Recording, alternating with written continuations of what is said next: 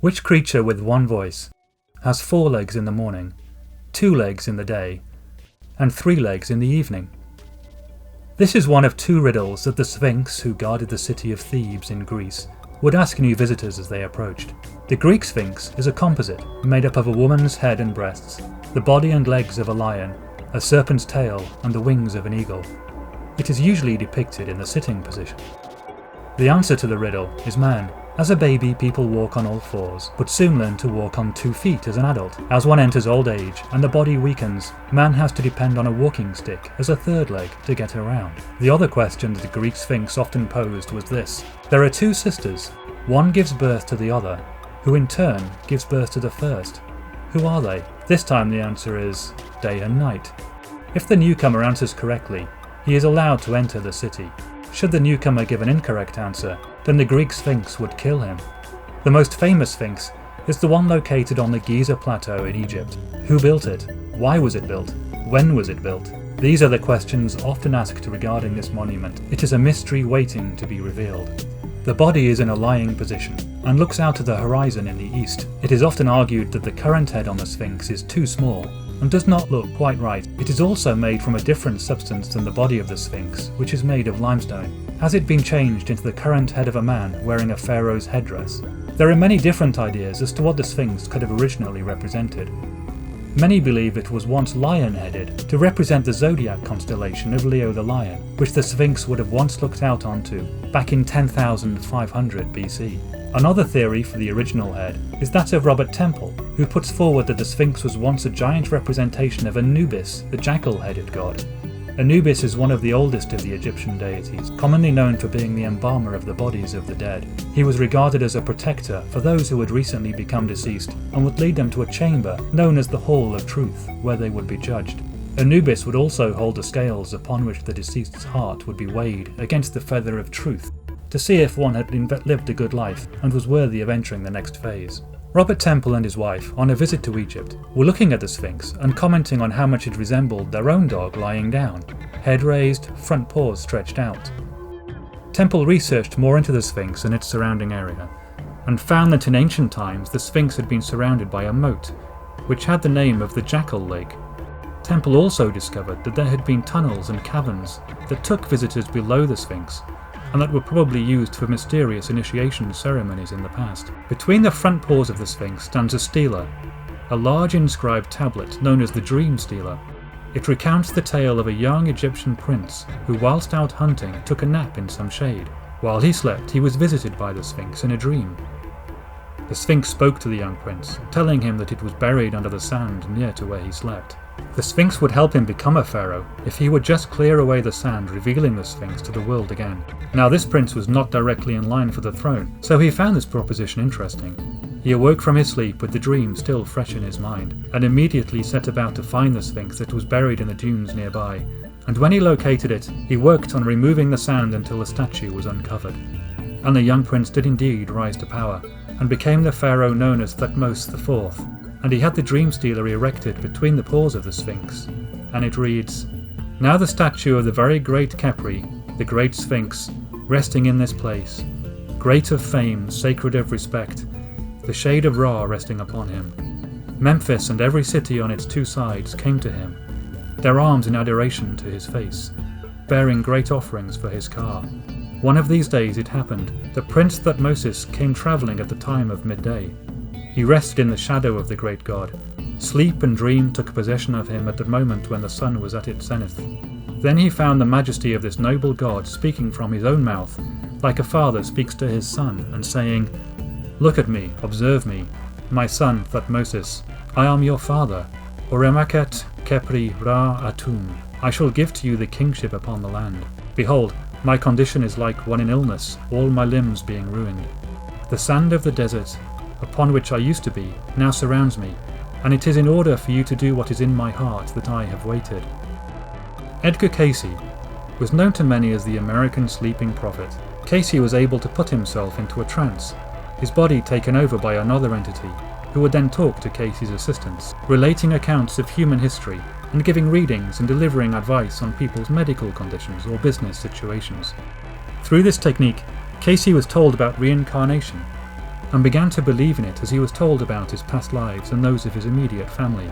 In one of those past lives, he had lived on the continent of Atlantis, and had had the role of an important priest called Ra-Tar.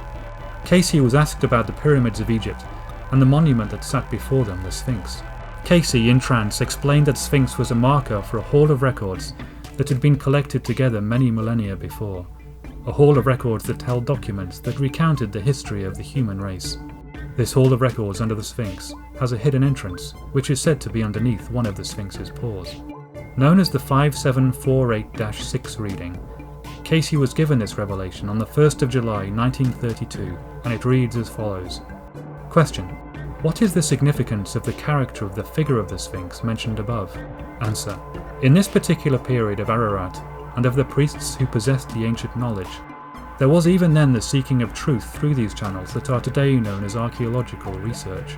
In those periods when the first change had come in the position of the land, there had been an egress of peoples from the Atlantean land, where the Nile emptied into the Atlantic Ocean at the Congo end of the country. What is now the Sahara was a fertile land, with a city located on its outer edge, a city of those who worshipped the sun. There were several mounds around the site, and researchers believe these to be storehouses or record houses, although records are still to be uncovered. Some archaeologists believe there is a chamber or passageway leading from the right forepaw of the Sphinx to this entrance of the record chamber, or record tomb, known as the legendary Hall of Records, which may not be entered into without an understanding, for those that were left as guards may not be easily passed. Inside the pyramids, and that which is now called the Mystery of Mysteries, the Sphinx, this was intended to be a memorial to the councillor who governed at the time and who acted as director of production in the land. And so another riddle is added to the Sphinx. Is there a Hall of Records below it awaiting discovery? Another tale of what may lie beneath the Sphinx is again linked to Atlantis, and is written in the Emerald Tablets of Thoth, which were discovered and translated by Dr. Dorial in 1925 in South America. The tablets on emerald stone were written in a strange hieroglyphic language that Dorial was able to translate after studying them for a long time. He then took them to the pyramids of Giza in Egypt and deposited them there.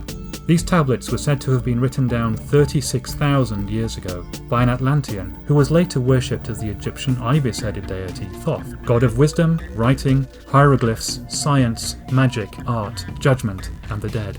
The tablets tell the story of Thoth and his time living in Atlantis, and the teachings he learnt before the great catastrophe that caused the continent to sink into the sea. Thoth escaped using his spaceship and flew to the lands known as Egypt. In the 5th tablet, Thoth explains that he had to hide his spaceship underground, and he marked it with a monument, the Sphinx, which he described as a lion yet like unto man. The tablets read, "Unveiled before me, ever more wisdom until I reached a new state of knowledge, discovering that everything is a part of something else, great and yet greater than all that we know. Saw he the Atlanteans by their magic, opening the gateway that would bring to earth a great woe. Down sank Atlantis beneath the dark waves, shattered the gateway that had been opened, shattered the doorway that led down below. All of the islands were shattered except Unal, and part of the island of the sons of the Dweller. Preserved he them to be the teachers, lights on the path for those to come after, lights for the lesser children of men. Called he then, I, Thoth, before him, gave me commands for all I should do, saying, Take thou, O Thoth, all of your wisdom, take all of your records, take all of your magic, go thou forth as a teacher of men. Go thou forth preserving the records until in time light grows among men. Light shalt thou be all through the ages, hidden yet found by enlightened men. Over all earth we give thou power, free thou to take it or give it away. Gather now the sons of Atlantis, take them and flee to the people of the rock caves. Fly to the land of the children of Chem. Then gathered I the sons of Atlantis. Into the spaceship I brought all of my records, brought the records of sunken Atlantis. Gathered I all of my powers, instruments many of mighty magic. Raised I to light the children of Chem. Deep neath the rocks I buried my spaceship, waiting the time when man might be free. Over the spaceship erected a marker in the form of a lion yet like unto man. There neath the image rests yet my spaceship, forth to be brought when need shall arise. Know ye, O man, that far in the future invaders shall come from out of the deep. Then awake, ye who have wisdom, bring forth my ship and conquer with ease. Deep neath the image lies my secret, search and find in the pyramid I built. Yet another riddle to the Sphinx and its origins. Will Thoth's spaceship one day be discovered? There are many theories put forward that the Sphinx is older than the ancient Egyptian civilization. If this is so, who was there before the Egyptians? A 20th century alchemist and mystic, known as René Schwaller de Lubitsch, put forward a theory that the Sphinx was indeed very ancient, and he had come to this conclusion through studying the body of the monument. He could tell that the limestone had not been worn by wind and sand, but had been eroded by rainfall, continuous rainfall.